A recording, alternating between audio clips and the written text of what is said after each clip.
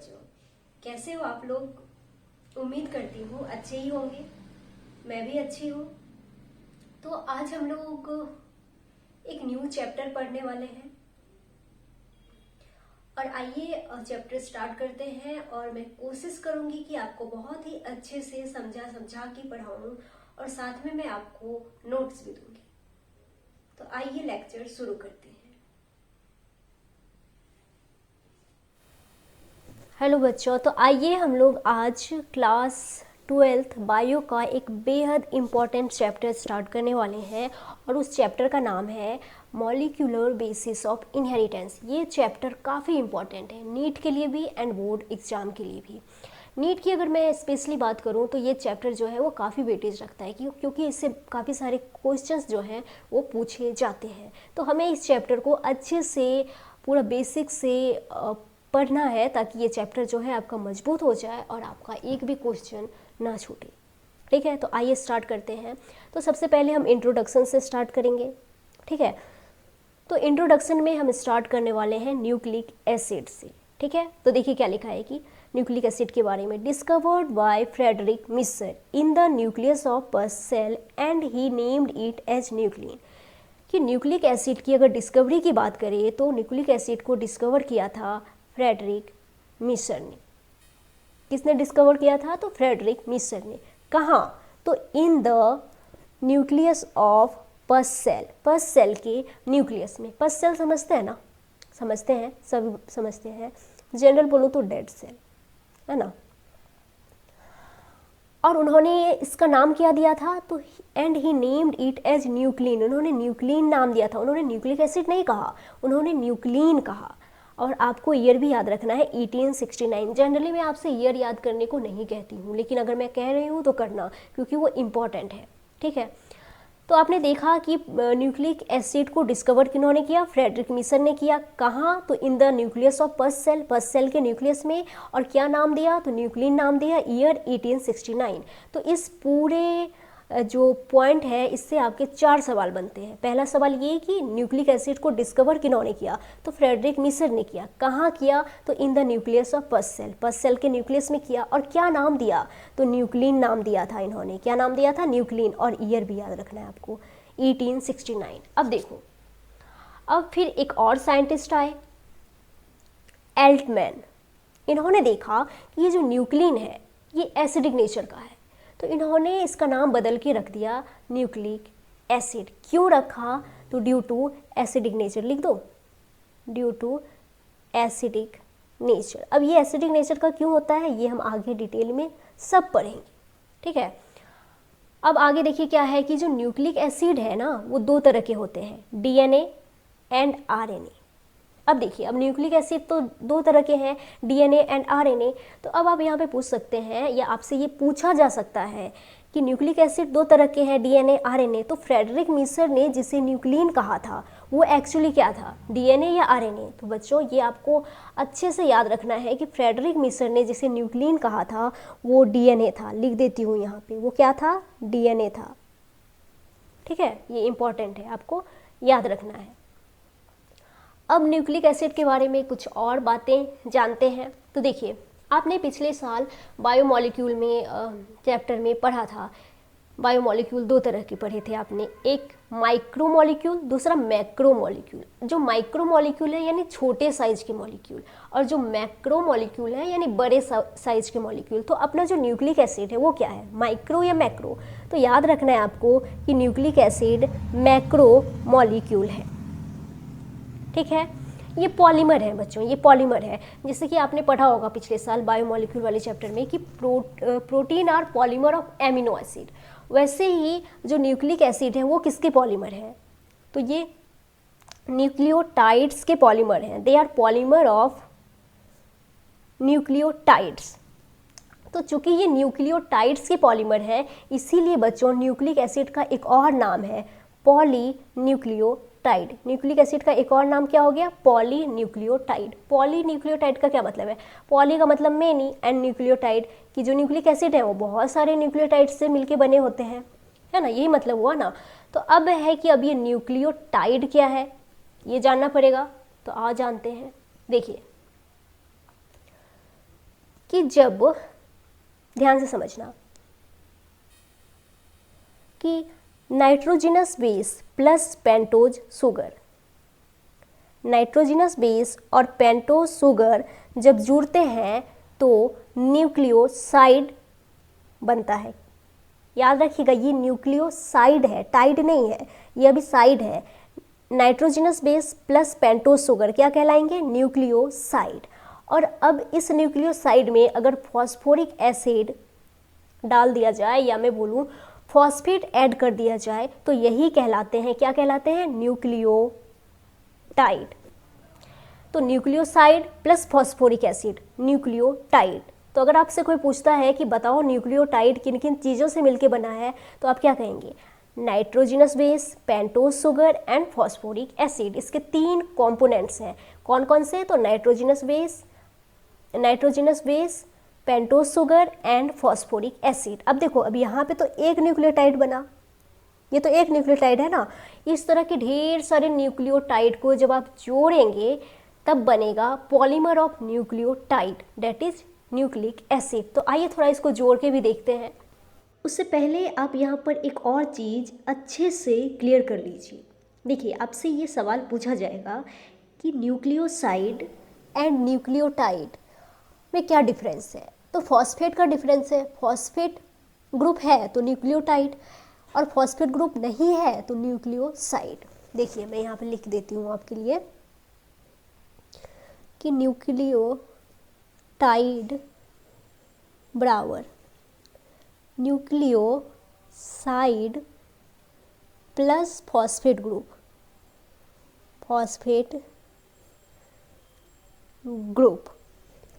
और अगर हम न्यूक्लियोसाइड की बात करें, बराबर न्यूक्लियोटाइड माइनस फॉस्फेट ग्रुप। तो देखा, फॉस्फेट ग्रुप है तो न्यूक्लियोटाइड, फॉस्फेट ग्रुप नहीं है तो न्यूक्लियोसाइड। इसको आप एक ट्रिक से याद रख सकते हैं कि अगर न्यूक्लियोटाइड में से फॉस्फेट को साइड कर दे तो बनेगा न्यूक्लियोसाइड। इस ट्रिक से याद रखेंगे, कभी नहीं भूलेंगे कि अगर न्यूक्लियोटाइड में से फॉस्फेट को साइड कर दे यानी हटा दे तो क्या बनेगा? न्यूक्लियोसाइड। तो याद रखना है, न्यूक्लियोटाइड में फॉस्फेट ग्रुप है और न्यूक्लियोसाइड में फॉस्फेट ग्रुप नहीं है। यहाँ तक क्लियर है? हाँ, तो यहाँ तक सब समझ में आ गया। अब चलिए, अब हम पेज बदल लेते हैं। हाँ जी, तो आइए देखिए, यहाँ पे नाइट्रोजिनस बेस, शुगर, फॉस्फेट, ये क्या हुआ? ये एक न्यूक्लियोटाइड हो गया ना। अब फिर से देखिए, यहाँ पे नाइट्रोजिनस बेस, शुगर, फॉस्फेट, ये दूसरा न्यूक्लियोटाइड हो गया। और यहाँ पे फिर से देखिए, नाइट्रोजिनस बेस, शुगर, फॉस्फेट, ये एक और न्यूक्लियोटाइड हो गया। तो ये भी एक न्यूक्लियोटाइड, ये भी एक न्यूक्लियोटाइड, और ये भी एक न्यूक्लियोटाइड।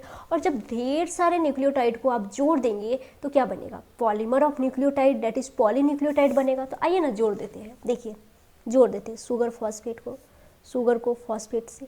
बॉन्ड हम आगे पढ़ेंगे। तो यहाँ पे मैंने क्या किया? जोड़ दिया। आप ये ध्यान रखिए कि आप क्या करो, बहुत सारे न्यूक्लियोटाइड ले लीजिए और उसको एक लाइन से जोड़ दीजिए। तो क्या बनेगा? पॉलीमर ऑफ न्यूक्लियोटाइड बनेगा, है ना। पॉलीन्यूक्लियोटाइड, यही है ना पॉलीन्यूक्लियोटाइड चेन। देखिए ना, लिखा भी है पॉलीन्यूक्लियोटाइड चेन, यही है ना। तो यहाँ पे आपको समझ में आया। अब देखिए, अब मैं क्या करूँगी कि हमने अभी पढ़ा ना न्यूक्लियोटाइड के 3 components, nitrogenous base, sugar and phosphate. तो अब मैं क्या करूँगी कि इन तीनों को एक एक करके आपको डिटेल में पढ़ाऊँगी, ठीक है। तो हम स्टार्ट करते हैं नाइट्रोजिनस बेसिस से। तो यहाँ पे देखिए क्या है, नाइट्रोजिनस बेसिस। स्टार्ट करते हैं। देखिए, जो नाइट्रोजिनस बेसिस है ना, ये होते हैं हेट्रोसाइक्लिक कंपाउंड। मतलब कि इनमें हेट्रोसाइक्लिक रिंग होती है। हेट्रोसाइक्लिक रिंग समझते हैं आप? एक ऐसी रिंग जिसमें कार्बन और हाइड्रोजन के साथ साथ कोई और एटम भी हो। समझ रहे हैं ना? एक ऐसी रिंग जिसमें कार्बन और हाइड्रोजन के साथ साथ एनी अदर एटम भी हो। जैसे कि यहाँ पे आपको नाइट्रोजन दिख जाएंगे, है ना। तो नाइट्रोजिनस बेसिस जो है वो हेट्रोसाइक्लिक कंपाउंड है। और जो नाइट्रोजिनस बेसिस हैं बच्चों, ये होते हैं हाइड्रोफोबिक मतलब ये वाटर हीटिंग होते हैं, वाटर से ये डरते हैं। जैसे कि अभी ठंड के मौसम में हम इंसान हो गए ना हाइड्रोफोबिक, तो ये जो नाइट्रोजनस बेसिस हैं ये हमेशा से हाइड्रोफोबिक हैं। ये कैसे हैं? हाइड्रोफोबिक है। ठीक है, आपको याद रखना है। आगे जब मैं आपको डीएनए का स्ट्रक्चर पढ़ाऊंगी, समझाऊंगी, तो वहाँ पे आप देखिएगा कि ये जो नाइट्रोजनस बेसिस हैं ये डीएनए हेलिक्स के अंदर छुपे होते हैं, क्योंकि ये हाइड्रोफोबिक है ना। अब चलिए आगे देखते हैं क्या है। हाँ ठीक है, देखिए जो नाइट्रोजनस बेसिस हैं वो दो तरह के होते हैं, एक है पायरिमिडीन एंड दूसरे हैं प्यूरीन। तो अब दोनों को एक एक करके पढ़ते हैं, पहले पायरिमिडीन को पढ़ते हैं फिर प्यूरीन को पढ़ेंगे। ठीक है, देखिए जो पायरिमिडीन है ना, यहाँ पे क्या लिखा है, H1 पायरिमिडीन रिंग। जो पायरिमिडीन है इसके स्ट्रक्चर में एक रिंग होती है, पायरिमिडीन के स्ट्रक्चर में एक रिंग होती है और उस रिंग का क्या नाम है? उस रिंग का नाम है पायरिमिडीन रिंग। कितना सिंपल है ना, याद रखना कि पायरिमिडीन के स्ट्रक्चर में एक रिंग होती है और उस रिंग का नाम है पायरिमिडीन रिंग। अब ये पायरिमिडीन रिंग क्या है? तो पायरिमिडीन रिंग में 2 नाइट्रोजन एंड 4 कार्बन होते हैं। ये देखिए ये जो रिंग है ना, ये वाली, ये है पायरिमिडीन रिंग। इसमें आप देख लीजिए कि 1 2 नाइट्रोजन है, बाकी के 4 पोजीशन पे क्या होंगे? कार्बन होंगे ना। अब देखो जो पायरिमिडीन रिंग है ना बच्चों, इसकी जो नंबरिंग है वो भी इंपॉर्टेंट है, फिक्स्ड है कि यहीं से स्टार्ट होगा। इसकी जो नंबरिंग है यहीं से स्टार्ट होगा, बॉटम से 1 2 3 4 5 6, यानी कि जो पायरिमिडीन है ये 6 मेंबर्ड रिंग है। पायरिमिडीन 6 मेंबर्ड रिंग है जिसमें 2 नाइट्रोजन है 4 कार्बन है। और जो 2 नाइट्रोजन है वो किस किस पोजीशन पे, ये भी आपको याद रखना है। तो वो है, एक तो है फर्स्ट पोजीशन पे और दूसरे हैं थर्ड पोजीशन पे। तो आप याद रखिएगा जो पायरिमिडीन है वो 6 मेंबर्ड रिंग है with nitrogen eight position. Nitrogen किस किस पोजीशन पे है? तो फर्स्ट एंड थर्ड। ठीक है, अब आइए पायरिमिडीन के एग्जाम्पल्स देखते हैं। पायरिमिडीन के यहाँ पे एग्जाम्पल्स लिखे हैं साइटोसिन, यूरासिल एंड थाइमिन। इसको याद कैसे रखेंगे? कट से याद रखिएगा, CUT कट। C से साइटोसिन, U से यूरासिल एंड T से थाइमिन। ये ट्रिक आप लगा सकते हैं याद करने के लिए। ठीक है, हाँ तो इस ट्रिक से आपको याद रखना है। अब देखिए जनरल सेंस की अगर बात करें, हम generally cytosine, uracil and thymine को पायरिमिडीन कह देते हैं। अब generally cytosine, uracil and thymine को पायरिमिडीन कह रहे हैं तो कहिए, ऐसा नहीं है कि आप इसको पायरिमिडीन कहेंगे तो आपको कोई मारने वाला है, नहीं। जनरल सेंस में अगर आप साइटोसिन, यूरासिल एंड थाइमिन को पायरिमिडीन कह रहे हैं तो कहिए। लेकिन अगर मैं बोलूँ कि एग्जैक्टली हमें इन्हें क्या कहना चाहिए, एकदम स्पेसिफिक होके हमें इन्हें क्या कहना चाहिए, तो बच्चों याद रखिए कि एग्जैक्टली हमें एकदम स्पेसिफिक होके अगर मैं बोलना चाहूँ तो हमें साइटोसिन, यूरासिल एंड थाइमिन को पायरिमिडीन नहीं कहना चाहिए, क्योंकि पायरिमिडीन तो ये है, इस रिंग का नाम ही है पायरिमिडीन रिंग। अब इस पायरिमिडीन रिंग में मैं कुछ सब्सटीट्यूट करूँगी, कुछ लगाऊंगी तो साइटोसिन बनेगा, कुछ और लगाऊंगी तो यूरासिल बनेगा, और कुछ और लगाऊंगी तो थाइमिन बनेगा। अब क्या लगाऊंगी तो साइटोसिन बनेगा, क्या लगाऊंगी तो यूरासिल बनेगा, एंड क्या लगाऊंगी तो थाइमिन बनेगा, ये मैं आगे आपको पढ़ाऊंगी, ये हम आगे देख लेंगे। लेकिन फिलहाल तो आपको ये याद रखना है कि पायरिमिडीन रिंग तो ये है, इस पायरिमिडीन रिंग में कुछ सब्सटीट्यूट करूँगी तो साइटोसिन, यूरासिल एंड थाइमिन बनेगा। तो इसीलिए बच्चों हमें अगर स्पेसिफिक होके बोलना पड़े, एकदम एग्जैक्टली बोलना पड़े, तो हमें साइटोसिन, यूरासिल एंड थाइमिन को सब्सटीट्यूटेड पायरिमिडीन कहना चाहिए। क्या कहना चाहिए? Substituted pyrimidine. ये आपको याद रखना है। अब ये हमारा हो गया पायरिमिडीन रिंग। अब हम पढ़ने वाले हैं प्यूरीन के बारे में। तो देखिए प्यूरीन पे आते हैं तो क्या है, हैज 2 रिंग्स। इसमें 2 रिंग्स होती हैं। एक रिंग तो वही पायरिमिडीन रिंग, एक तो वही पायरिमिडीन रिंग है जिसमें 2 नाइट्रोजन 4 कार्बन, ये वाली रिंग है ना, पायरिमिडीन रिंग है एक। और जो दूसरी रिंग है वो है इमिडाजोल रिंग, जिसमें 2 नाइट्रोजन है और 3 कार्बन है। तो प्यूरीन में 2 रिंग्स होती है। एक पायरिमिडीन रिंग होती है जिसमें 2 नाइट्रोजन और 4 कार्बन होते हैं, और जो दूसरी रिंग है वो है इमिडाजोल रिंग जिसमें 2 नाइट्रोजन और 3 कार्बन होते हैं। आप यहाँ पे देख लीजिए, हाँ ये है प्यूरीन, ये है प्यूरिन। अब इसमें देखिए कि इसमें ये वाली जो रिंग है, ये वाली, ये है पायरिमिडीन रिंग। मैं इसको शॉर्ट में PR लिख देती हूँ, पायरिमिडीन रिंग। अब देखो ना, मैं अगर इसको ढक दूँ तो ये दोनों तो सेम ही है ना। तो ये पायरिमिडीन रिंग है जिसमें 2 नाइट्रोजन है, 4 कार्बन है। और ये वाली जो रिंग है ये है इमिडाजोल रिंग, शॉर्ट में लिख देती हूँ IR। ये क्या है? ये इमिडाजोल रिंग है जिसमें 2 नाइट्रोजन है लेकिन 3 कार्बन है, ठीक है। अब इसकी नंबरिंग देखो, इसकी नंबरिंग भी इंपॉर्टेंट है। इसकी नंबरिंग पायरिमिडीन के जैसा नहीं है, इसका नंबरिंग अलग है, ये भी फिक्स है, यहाँ से शुरू होगा 1 2 3 4 5 6 7 8 9, यानी ये 9 मेंबर्ड रिंग है। ये कैसा है? 9 मेंबर्ड रिंग है। और इस 9 मेंबर्ड रिंग में नाइट्रोजन किस किस पोजीशन पे है ये भी आपको याद रखना है। तो देखिए किस किस पोजीशन पे, फर्स्ट पे, थर्ड पे, 7 पे एंड 9 पे। तो याद रखिएगा कि जो प्यूरिन है वो 9 मेंबर्ड रिंग है विथ नाइट्रोजन एट पोजीशन 1 3 7 9। अब प्यूरिन के अगर एग्जाम्पल्स की बात करूँ तो यहाँ पे 2 एग्जाम्पल लिखे हैं इसके, एडेनिन एंड ग्वानिन। सेम इधर पे भी जनरल सेंस में अगर आप एडेनिन एंड ग्वानिन को प्यूरिन कहते हैं तो कहिए, कोई दिक्कत नहीं है, कोई दिक्कत वाली बात नहीं है। लेकिन अगर ये बात आ जाए कि एग्जैक्टली मतलब स्पेसिफिक होके हमें एडेनिन ग्वानिन को क्या कहना चाहिए, तो बच्चों फिर से मैं वही कहूँगी कि एडेनिन एंड ग्वानिन को हमें प्यूरिन नहीं कहना चाहिए, क्योंकि प्यूरिन तो ये है प्यूरिन रिंग। अब इस प्यूरिन रिंग में कुछ सब्सटीट्यूट करूँगी, कुछ लगाऊंगी तो एडेनिन बनेगा, कुछ और सब्सटीट्यूट करूँगी, कुछ और लगाऊंगी तो ग्वानिन बनेगा, है ना। तो एग्जैक्टली हमें एडेनिन एंड ग्वानिन को क्या कहना चाहिए, तो सब्सटीट्यूटेड प्यूरिन।